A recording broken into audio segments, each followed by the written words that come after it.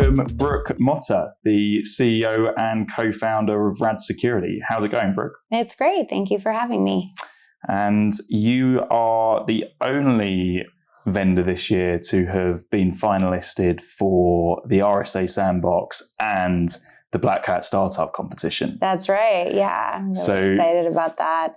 Through your paces. Yeah, we actually won the People's Choice for the Startup Spotlight here at BlackHat, so it was really nice. And Gnostic ended up winning the judge award. So yeah, it's great. Yeah, fantastic. And I know your co-founder did the presentation for the Startup Spotlight. That's right. Yeah, he did a great job. Who did the RSA Sandbox? I did that one. Yeah.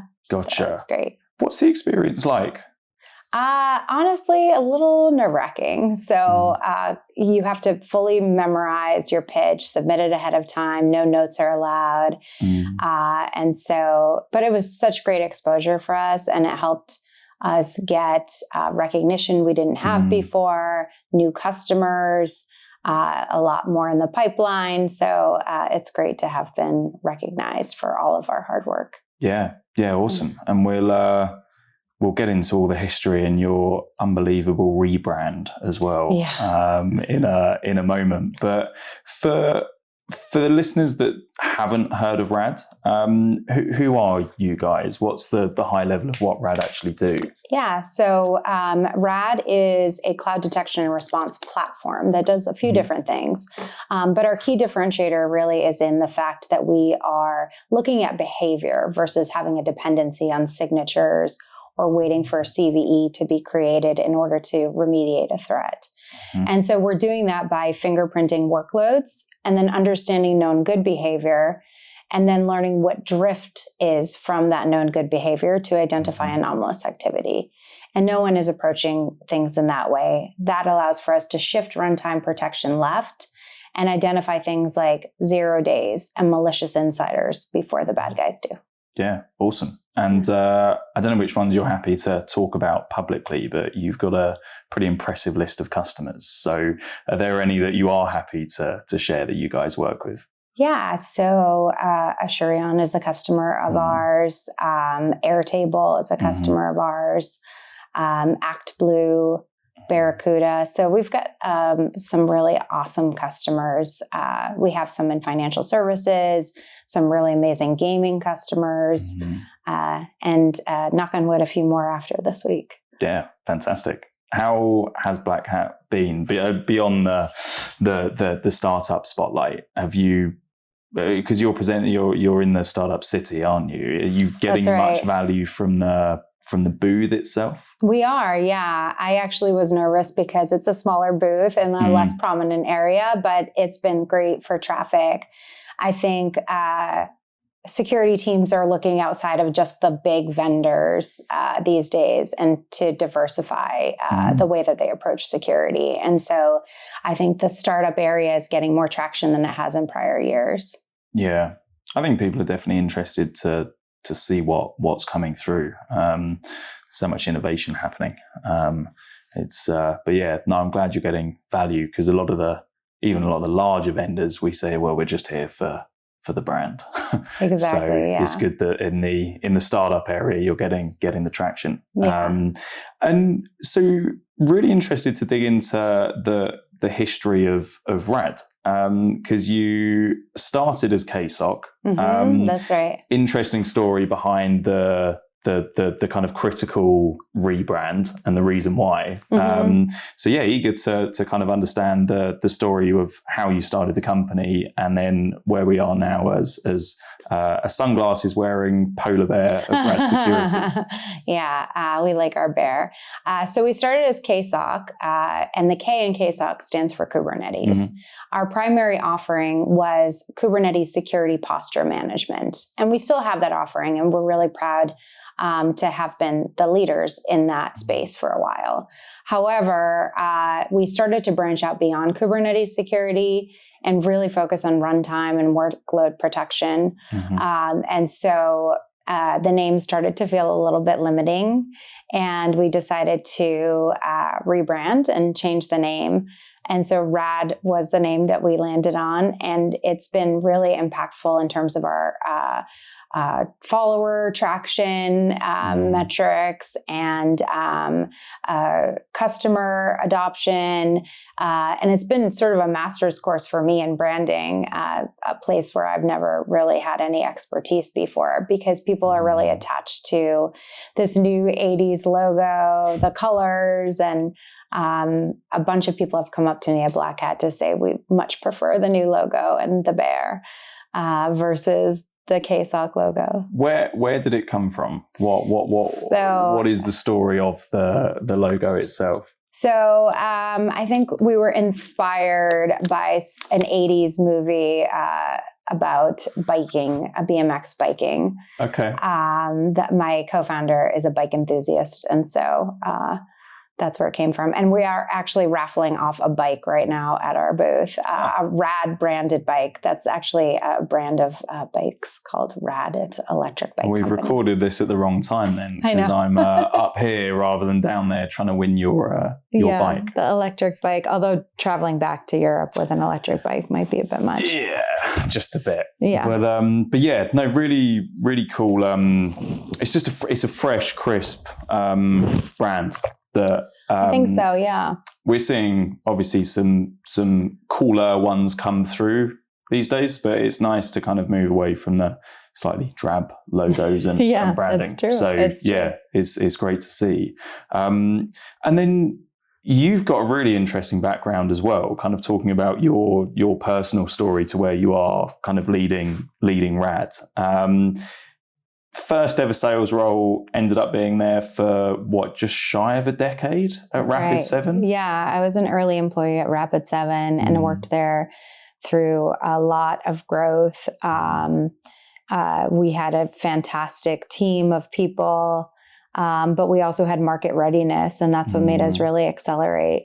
I think it's about the people plus timing for a lot of success to happen. And we had both. And so we're trying to replicate that growth trajectory that we saw in the early days of Rapid7 at RAD.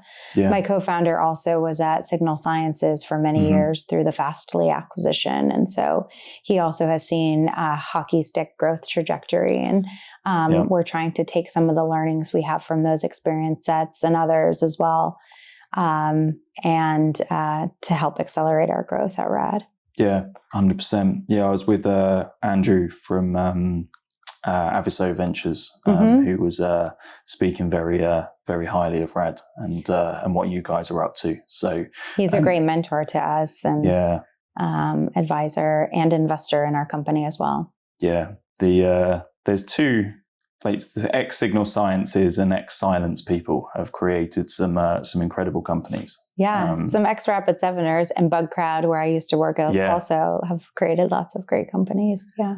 And the Bugcrowd thing is quite interesting because you went from your first ever sales role, which obviously grew in seniority, to then taking a CRO role at Bugcrowd. Very, very different revenue levels. So what was that like going from running, I remember you saying kind of six-figure hundreds of millions of revenue per year, to then managing kind of a handful of millions at a startup? It's actually a lot harder to go back to doing the early heavy lifting work that's necessary to be able to reach a point of scaling. And so it's much harder to ask a customer for $50,000 at a startup than $5 million at a well-established company in most cases. And so, it's a lot of foundational hard work. You have to find early adopters. You have to hire the right sales personas, people who actually enjoy the early days and the work that's needed at a startup, and then evolve as things progress and change. And so that was a really fun role. I really love what they're doing, and their growth since hiring Dave Jerry has been great. Yeah, great. And I guess it set you up for going in eyes wide open when you originally started KSOC. of what those early kind of scrappy days are like. Yeah. When was the moment that you and Jimmy decided, let's do this? This isn't just an idea anymore. Let's go ahead and start. Yeah. So Jimmy had already started to establish a really nice company as a sole proprietor. He was the only, he was the company originally, and he was offering a cloud security and application security training services to the Fortune 500, where he was teaching them best practices, Kubernetes security, threat vectors to be aware of, and those sorts of things. He's a fantastic teacher, and then had an aha moment many years ago, probably 5 years ago, after discovering at a telecom that the entire 911 operations of a country were being run on Kubernetes. And had they been compromised, the entire 911 operations would have been shut down. And that's obviously something we don't want. And so that was the aha moment that led to building the product and the platform that we know today as RAD. And so we met, actually. He reached out to me since I had sold him Bugcrowd. He was an early adopter of Bug Bounty. And he'd reached out to me about the idea of starting a company together. I met him in Flagstaff, where he lives, Flagstaff, Arizona. And we went for a really long hike and we talked about it. And so we decided at that moment, after a 3-hour hike, to start a company.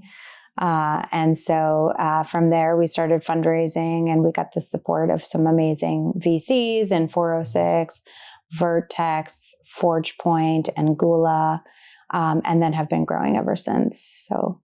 What a founding story! From selling to a hike to them being where you are now.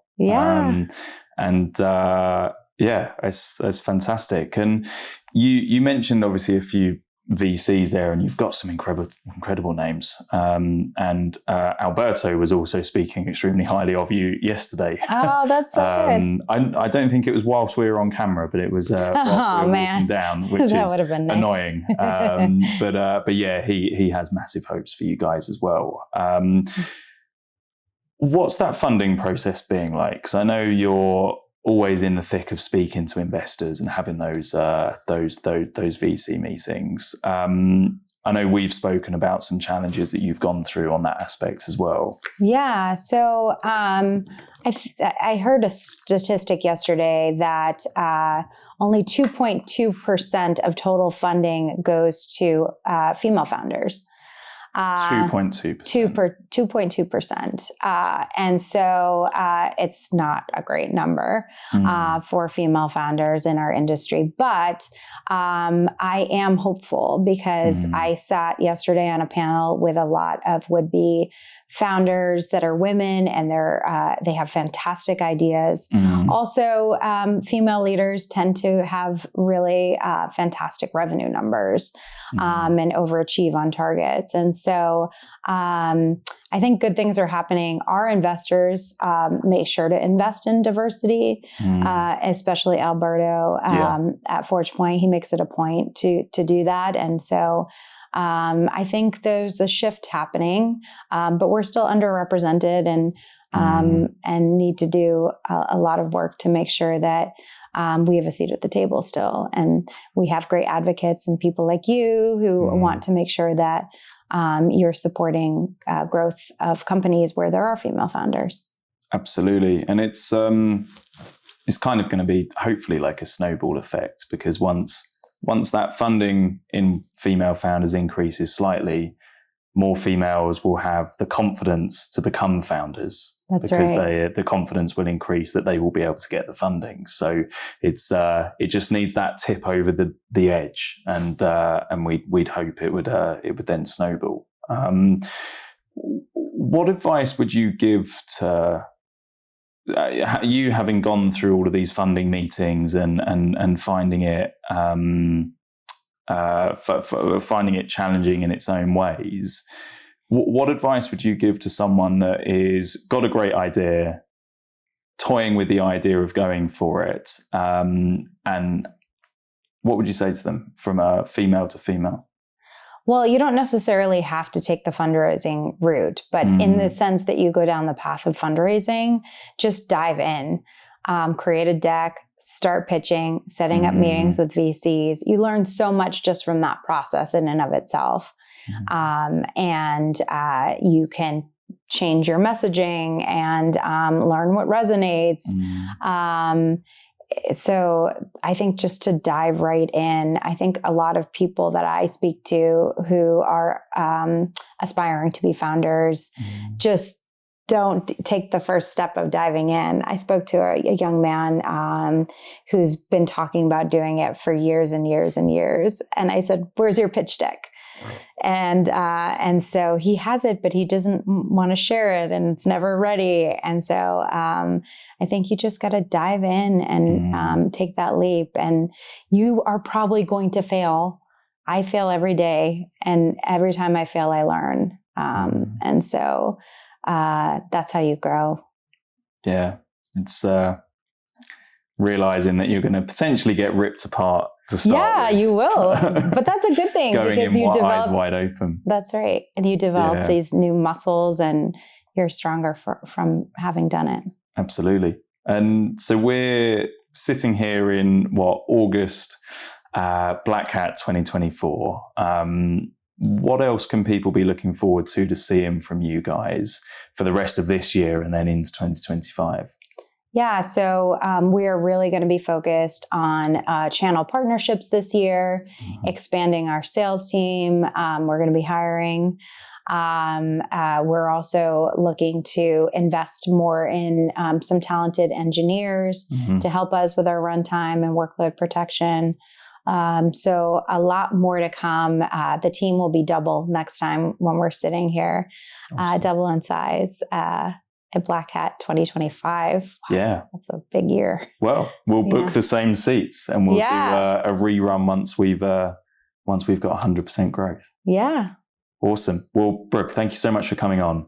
Massively rooting for you guys and looking forward to seeing the sunglasses wearing polar bear all over the place at security conferences. Thank you so much. Thank you. Thanks for having me. Thank you for listening to the BlackHat 2024 edition of CyberBytes, the podcast. If you enjoyed it, then like, subscribe, and share it with your friends. If you're a candidate looking for your next role or a hiring manager looking for your next technical or go-to-market security hire, then reach out to us directly on info@aspironsearch.com.